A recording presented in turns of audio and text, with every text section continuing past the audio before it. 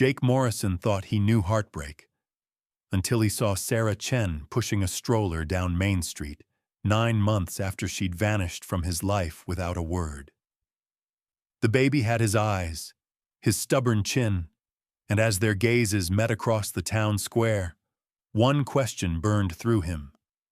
Was this the child he never knew he had?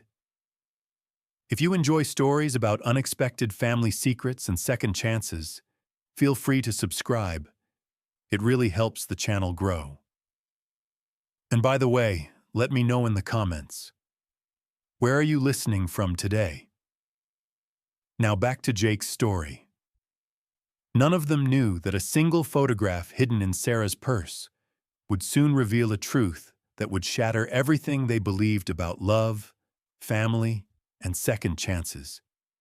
Jake was under the hood of Mrs. Henderson's old Buick when his best friend Danny burst through the garage doors of Morrison's auto repair, his face flushed from running. "Jake, you need to sit down for this," Danny panted, hands on his knees. "Sarah's back in town." The wrench slipped from Jake's oil-stained fingers, clattering against the concrete floor. Sarah Chen. The name hit him like a physical blow, bringing back memories of 3 months that had felt like a lifetime.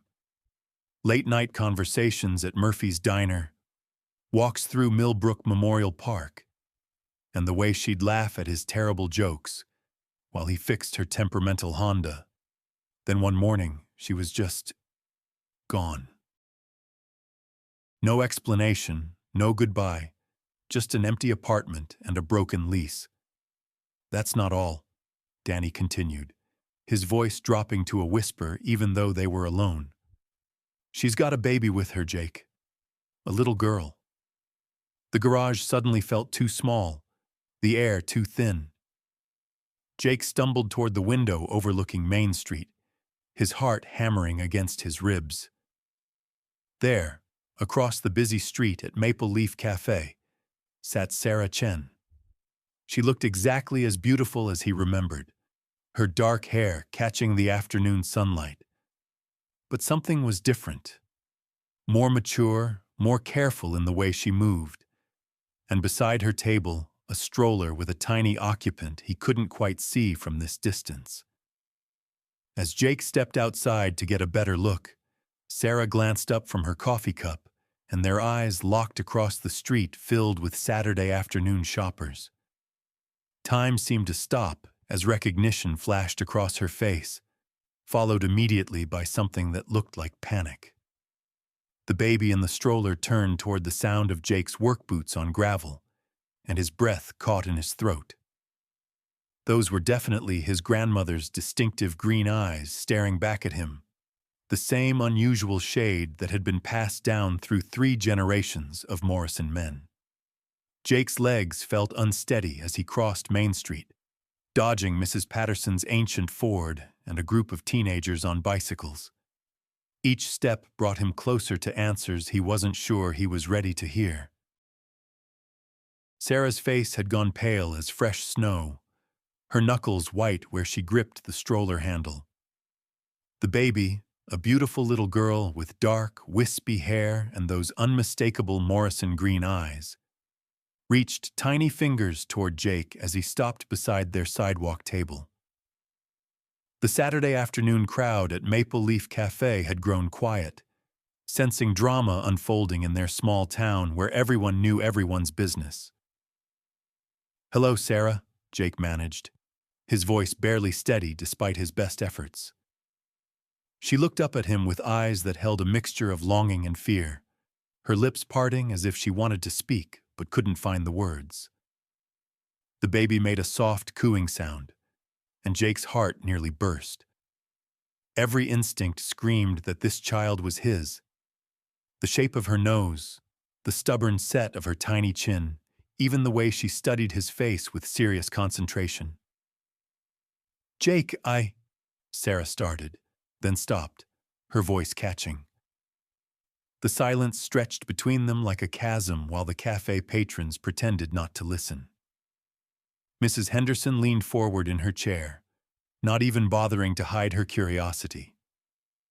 Helen Prescott, the town's most notorious gossip, had her phone out and was probably already typing furiously in the church prayer chain group chat.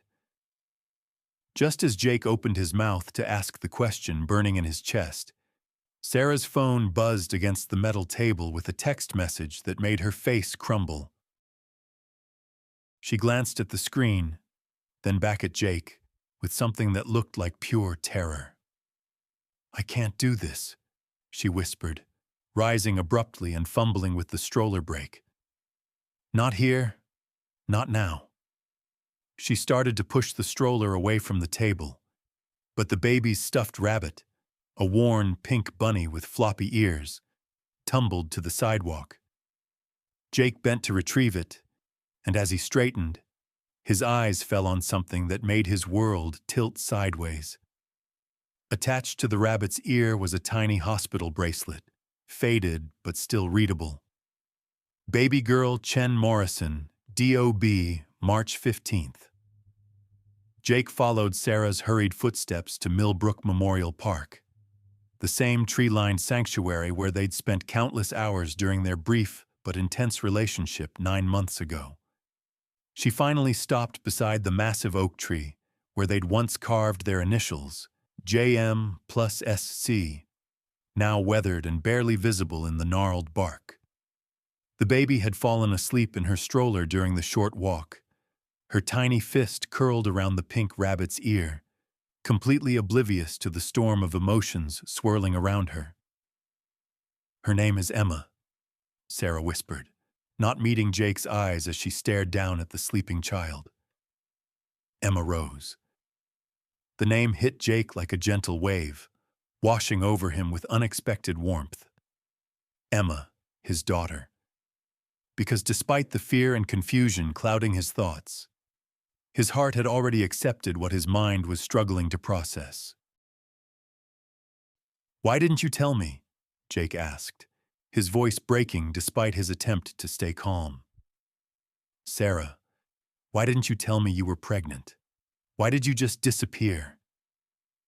Sarah's shoulders began to shake, and when she finally looked up, tears were streaming down her cheeks. "I was scared," she admitted, her words tumbling out in a rush. "I was 27, barely making ends meet on a teacher's salary, and we'd only been together for 3 months. I didn't know how you'd react, or if you'd even want—" She gestured helplessly toward the stroller. "I thought maybe it would be easier if I just handled it alone." The afternoon breeze rustled the oak leaves above them, and Jake felt his anger melting into something deeper and more complex. This wasn't the reunion he'd imagined during countless sleepless nights over the past 9 months. This was messier, more painful, and infinitely more precious than any fantasy his lonely heart had conjured. As Sarah began to explain the terror and isolation she'd felt during her pregnancy, Jake heard footsteps on the gravel path behind them. He turned to see his mother, Margaret Morrison, approaching with her usual determined stride, flanked by 2 other women from First Baptist Church. Margaret's silver hair was pulled into its customary tight bun, and her expression transformed from surprise to something cold and calculating as she took in the scene before her. "Jacob Morrison," she called sharply, her voice cutting through the peaceful afternoon air like a blade. "We need to talk. Right now." The tension in Margaret's voice made Jake's stomach drop, and he could feel Sarah shrinking beside him, instinctively moving closer to Emma's stroller. His mother had never been one for public scenes, which made this confrontation all the more ominous. The 2 church ladies with her, Helen Prescott and Dorothy Walsh, stood slightly behind Margaret, like a disapproving chorus, their eyes fixed on Sarah with barely concealed hostility. Jake had seen this look before, the same expression the town's older residents wore whenever they discussed outsiders who didn't quite fit into Millbrook's carefully maintained social order. Sarah had always been different, educated, independent, unafraid to voice opinions that challenged the status quo during town meetings or church discussions. Now, with a baby whose paternity was clearly in question, she'd crossed from different to scandalous in the span of an afternoon. "Mother, this isn't the time," Jake said quietly, stepping protectively closer to Sarah. But Margaret's jaw was set in that familiar line that had terrified him as a child. The expression that meant she'd already made up her mind and would not be swayed by argument or pleading. Emma stirred in her stroller, as if sensing the adult tension surrounding her, and made a soft, whimpering sound that cut straight through Jake's heart. This innocent child, his daughter, was about to become the center of a storm that would shake the foundations of everything he'd thought he knew about family, loyalty, and love. Margaret Morrison stood in her pristine farmhouse kitchen like a general preparing for battle, her silver hair pulled into its customary tight bun, every word delivered with surgical precision. The kitchen that had welcomed 3 generations of Morrison family gatherings now felt like a courtroom, with Jake sitting at the oak table his grandfather had built while his parents delivered their verdict. "That girl disappeared for a reason, Jacob," Margaret said, her voice cutting through the evening air like winter wind. "Now she shows up with a baby, claiming it's yours? This family has a reputation in this town that goes back 4 generations." Thomas Morrison, Jake's father, sat in his usual chair by the window, his weathered hands folded over his belly as he nodded grimly. A man of few words but strong convictions, Thomas had built Morrison's auto repair from nothing, earning respect through decades of honest work and community service. "Son," he said quietly, his voice carrying the weight of years, "some mistakes follow you forever. Don't let her destroy what we've built here." The weight of Morrison family legacy pressed down on Jake's shoulders like a physical force. 4 generations of respected citizens, deacons and business owners, pillars of the Millbrook community. His great-grandfather had been one of the town's founding fathers, his grandfather a decorated veteran, his father a successful businessman who employed half the mechanics in the county. Now Jake was being asked to choose between that legacy and a baby girl with green eyes who had stolen his heart in a single afternoon. "She's my daughter," Jake said, his voice stronger than he felt. "Emma is my daughter, and I'm going to be part of her life, whether you approve or not." Margaret's expression hardened further, if such a thing were possible. "Jacob Morrison, you have always been too trusting for your own good. That girl has been planning this from the moment she set foot in our town." She walked to the kitchen counter where her phone lay charging, picked it up with deliberate movements, and turned the screen toward him. "Then you should see what Helen Prescott posted in the church group chat 20 minutes ago," she said, her voice filled with grim satisfaction that made Jake's stomach clench with dread. Sunday morning at Millbrook First Baptist Church had always been Jake's sanctuary, a place where 3 generations of Morrisons had found comfort and community. But as he walked down the center aisle toward his family's usual pew, every step felt like walking through quicksand. Whispers followed him like a toxic cloud, barely concealed behind hymnal pages and coffee programs. 9 months exactly, he heard Mrs. Patterson murmur to her sister.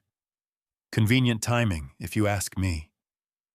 "Poor Jake doesn't even know what hit him," came another voice from somewhere behind the choir section.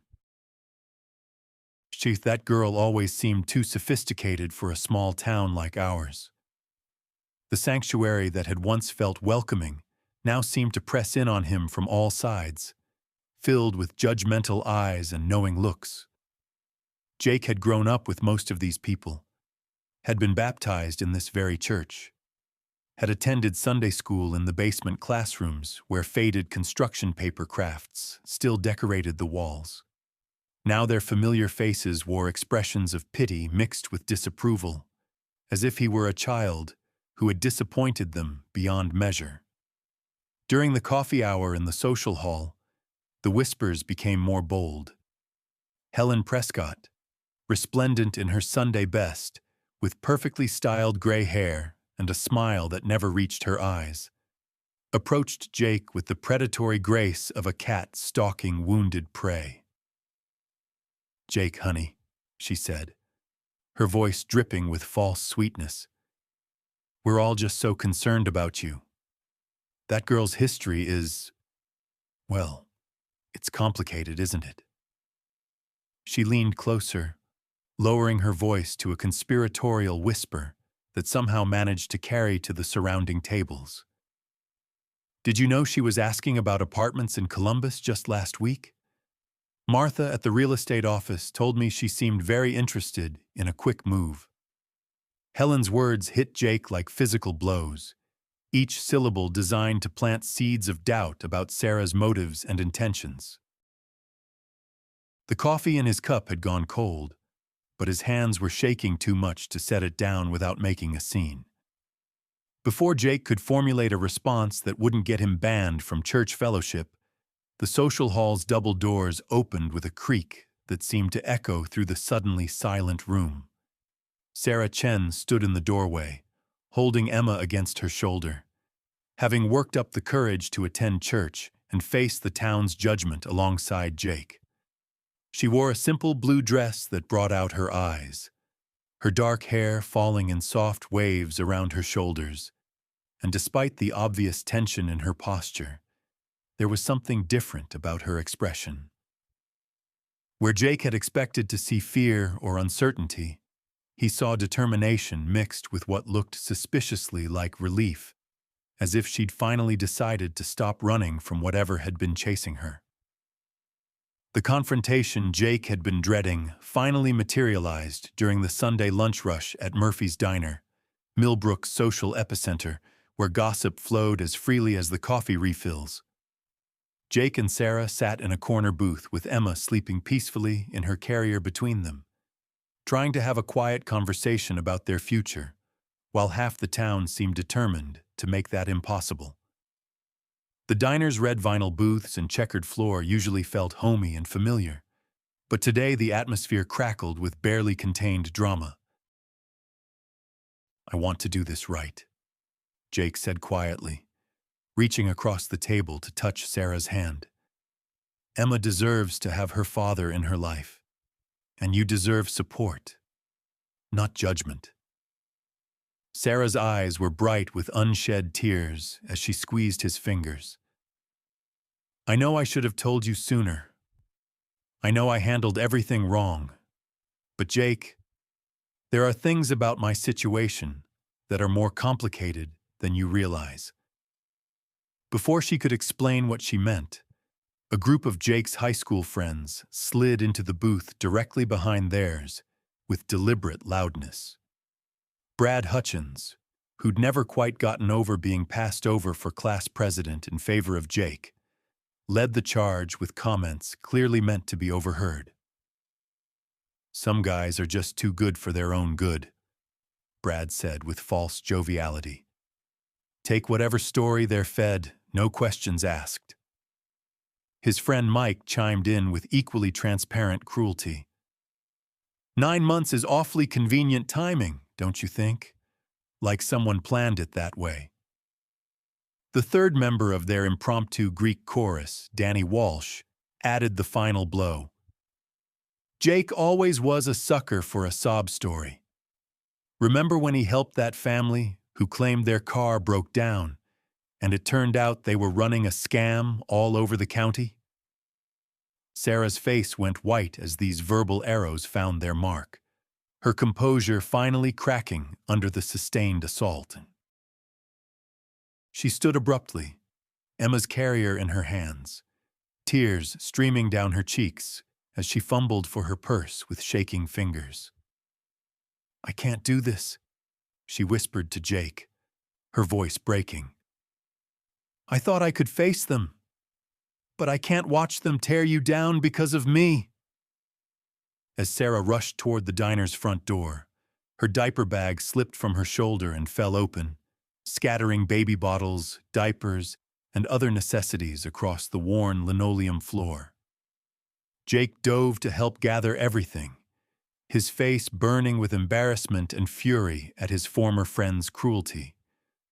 But among the scattered baby supplies, a manila envelope slid across the floor, and from it spilled a collection of photographs that made Jake's world tilt sideways. The images made no sense at first glance. Sarah in a hospital bed, but clearly not Millbrook General, where Jake had expected Emma to be born.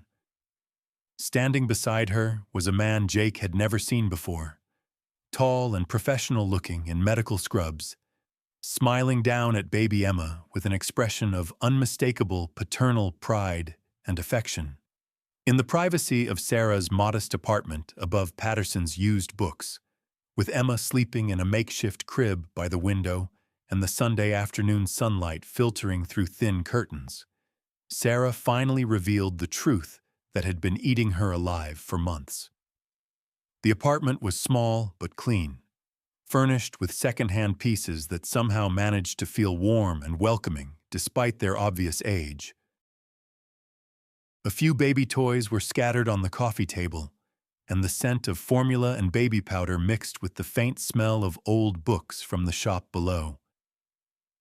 "I was married when I met you," Sarah whispered, her voice barely audible as she sat on the edge of her sofa, her hands twisted in her lap. "The divorce wasn't final when Emma was conceived." The words hung in the air between them, like a confession that changed everything and nothing all at once. Jake felt the pieces of a puzzle he hadn't known existed, clicking into place with devastating clarity. "His name is Michael Chen," Sarah continued, her voice growing stronger as the relief of finally telling the truth began to outweigh her fear. "Dr. Michael Chen. He's a pediatric specialist in Columbus, and legally, Emma is considered his child even though—" She couldn't finish the sentence, but Jake understood with crystal clarity what she was trying to say. Emma was his biological daughter, but according to the state of Ohio's marriage laws, she legally belonged to another man. The photographs he'd seen scattered across the diner floor told the story Sarah had been too afraid to reveal: a high-risk pregnancy that required specialist care in Columbus, medical complications that had forced her to rely on her estranged husband's expertise and connections, and a man who had stepped up to care for a child who might not be biologically his own. "He wants full custody," Sarah said, her voice breaking as she finally looked directly at Jake. "Michael filed papers last week. He says Emma needs stability, financial security, the kind of future he can provide that a small-town mechanic never could." The casual cruelty of that last phrase hit Jake like a physical blow, but before he could process the full implications of what Sarah had just revealed, a firm knock at the apartment door froze them both in place. Through the thin walls, they could hear a man's voice calling up from the street below, professional and determined. "Sarah? I know you're in there.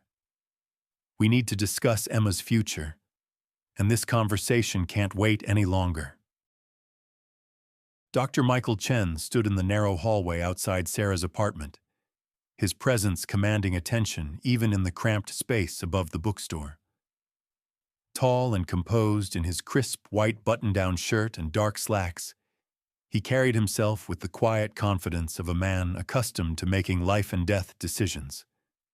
His expensive watch caught the afternoon light filtering through the hallway window, and everything about him spoke of success and stability. The polar opposite of Jake's oil-stained work clothes and calloused hands. "Sarah," Michael said, his voice professionally calm but firm. "I drove straight from Columbus after receiving your message. We need to discuss Emma's living arrangements." Jake felt like an intruder in his own daughter's life, as he watched this interaction unfold. Michael's presence made Sarah revert to someone smaller, more uncertain, her shoulders hunching slightly as if she were trying to disappear. The contrast between the accomplished pediatric specialist and the small-town mechanic couldn't have been starker, and Jake was acutely aware that in any custody battle, he would be seen as the underdog at best. "Michael, this is Jake Morrison," Sarah said quietly, her voice barely above a whisper. "Emma's biological father." Michael's gaze shifted to Jake with the cool assessment of a medical professional evaluating a patient. There was no hostility in his expression, but there was a kind of detached calculation that made Jake's skin crawl. "I appreciate you helping Sarah these past few days," Michael said with polite dismissal. "But this is a family matter now. Sarah and I have legal obligations to consider." As he spoke, Michael reached into his leather briefcase and withdrew a thick stack of legal documents. Jake caught a glimpse of the header as Michael set them on the small hallway table. Emergency custody petition, Chen versus Chen. The sight of those official papers made everything suddenly, terrifyingly real. 3 days later, Jake stood helplessly on the courthouse steps as Sarah emerged from the custody hearing, her face streaked with tears and her entire body shaking with barely contained sobs. The limestone steps of Millbrook County Courthouse had witnessed countless family dramas over the decades, but none had felt as personally devastating as this moment. Michael's attorney had been thorough and merciless in his presentation, painting a picture of Sarah as an unstable young woman who had abandoned her marriage, lived in questionable circumstances, and engaged in an inappropriate relationship that had resulted in an unplanned pregnancy.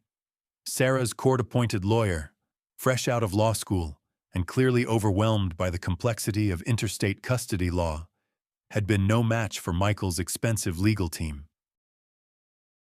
The temporary custody order gave Michael primary custody of Emma pending a full hearing in 6 weeks, with Sarah granted supervised visitation twice a week at a state-approved facility in Columbus. Emma, sleeping peacefully in her carrier, was oblivious to the legal battle being waged over her future. Her tiny fingers curled around the pink rabbit that had become her constant companion. Jake watched in helpless fury as Michael's black sedan idled at the curb, waiting to take his daughter away to a life he could never provide. Private schools, financial security, opportunities that his mechanic's salary could never afford. "I'm sorry," Sarah sobbed against Jake's chest as they stood in the shadow of the courthouse. "I'm so sorry I dragged you into this mess. Michael's right. Emma deserves better than what I can give her." Jake held her tightly, his own heart breaking as he watched Michael's car pull away with Emma visible through the rear window in her car seat. But through her tears, Sarah gripped Jake's shirt with desperate fingers and whispered something that changed everything he thought he understood about the situation. "The DNA test," she said, her voice barely audible through her crying. "I lied about when it was done, Jake.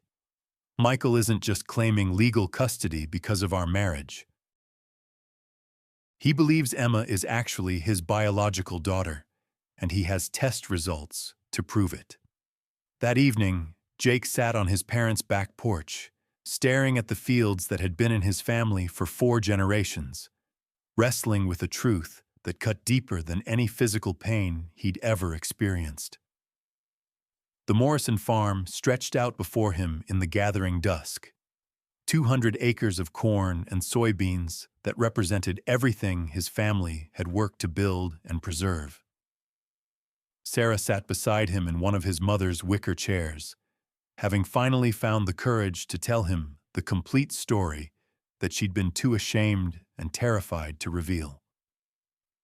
"My marriage to Michael was already crumbling when I moved to Millbrook," she said quietly, her voice carrying on the evening breeze. We'd been trying to have children for 3 years, and the stress of infertility treatments had destroyed whatever love we'd once shared. When I met you, Jake, I felt alive for the first time in years. She explained how the pregnancy had occurred during the brief window when she and Michael were attempting reconciliation, making paternity genuinely uncertain. The timing could have pointed to either man, and Sarah had been terrified to tell either of them the truth because she didn't want Emma to grow up feeling unwanted by anyone. I had the first DNA test done right after Emma was born, Sarah continued, tears streaming down her cheeks. When it showed Michael wasn't the father, I panicked. I'd been living in his house, using his health insurance, depending on his medical connections because of pregnancy complications. I felt like a fraud.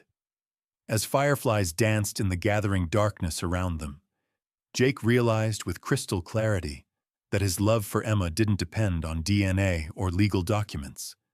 It depended on choice. He'd chosen to love that little girl the moment he'd seen her green eyes, and no court order or custody battle could change that fundamental truth. I don't care what any test says, Jake said firmly, taking Sarah's hand in his. Emma is my daughter in every way that matters. We'll fight this together. Margaret Morrison appeared on the porch carrying a glass of sweet tea for Sarah, her expression softer than it had been in weeks. I've been thinking about what it means to be family, she said quietly, settling into the porch swing that had been her refuge for 30 years of marriage. And I think I owe you both an apology. Jake's father and we've been so focused on protecting our reputation that we forgot what really matters. But before she could continue her unexpected olive branch, headlights swept across the farmhouse driveway, and Michael's black sedan pulled up with Emma visible in her car seat in the back. Michael stepped out of his car with Emma, having driven straight from Columbus after receiving news that had shattered his own carefully constructed world. His usual professional composure was cracked, his shirt wrinkled and his hair disheveled, as if he'd been running his hands through it during the entire 2-hour drive from the city. I need to talk to both of you, he said without preamble, his voice hoarse with exhaustion and something that sounded suspiciously like defeat. Under the glow of the farmhouse porch lights, 3 adults and 1 baby faced the complexity of modern family with all its messy, beautiful complications. Michael's medical training made him precise even in emotional turmoil as he explained the call he'd received that afternoon from the laboratory. They ran a more comprehensive DNA analysis, he said quietly, his eyes fixed on Emma as she slept in Jake's arms. The first test was incomplete, processed too quickly because of the emergency circumstances of Emma's birth. The new results are definitive. Jake is Emma's biological father. The admission seemed to cost him something essential, but there was also relief in his voice as he continued. I've spent the last 3 days preparing to raise a child who isn't biologically mine, and I realized something important. Love isn't about genetics or legal documents. It's about choice and commitment. Michael looked directly at Jake, and for the first time, there was no professional distance in his expression. I've grown to love Emma as if she were my own daughter, but I recognize that being a father is about more than providing financial security. She needs someone who will be there for scraped knees and first days of school, not just college tuition and medical insurance. Margaret Morrison stepped forward with a suggestion that surprised everyone present. What if we stopped thinking about who has the right to this child and started thinking about who can give her the most love? The question hung in the night air like a challenge to everything they'd assumed about family and parenthood. Emma opened her green eyes and looked directly at Jake, as if she'd been waiting for this moment of clarity all along. As the adults talked quietly about shared custody, extended family, and the possibility of Michael relocating his practice to be closer to Emma, the baby reached up to touch Jake's face with her tiny hand. Sarah captured the moment on her phone, not to replace the complicated past, but to document the beginning of something new and unprecedented. The image showed not just a father and daughter, but a glimpse of what family could look like when built on choice rather than obligation, love rather than law. Through the farmhouse windows, the reflection revealed the entire Morrison family, learning that sometimes the best families are the ones you choose to create together, not the ones you're born into. In that moment, surrounded by porch light and fireflies, Emma gurgled happily in Jake's arms, while three adults who'd been strangers that morning began planning a future none of them could have imagined, but all of them were brave enough to choose.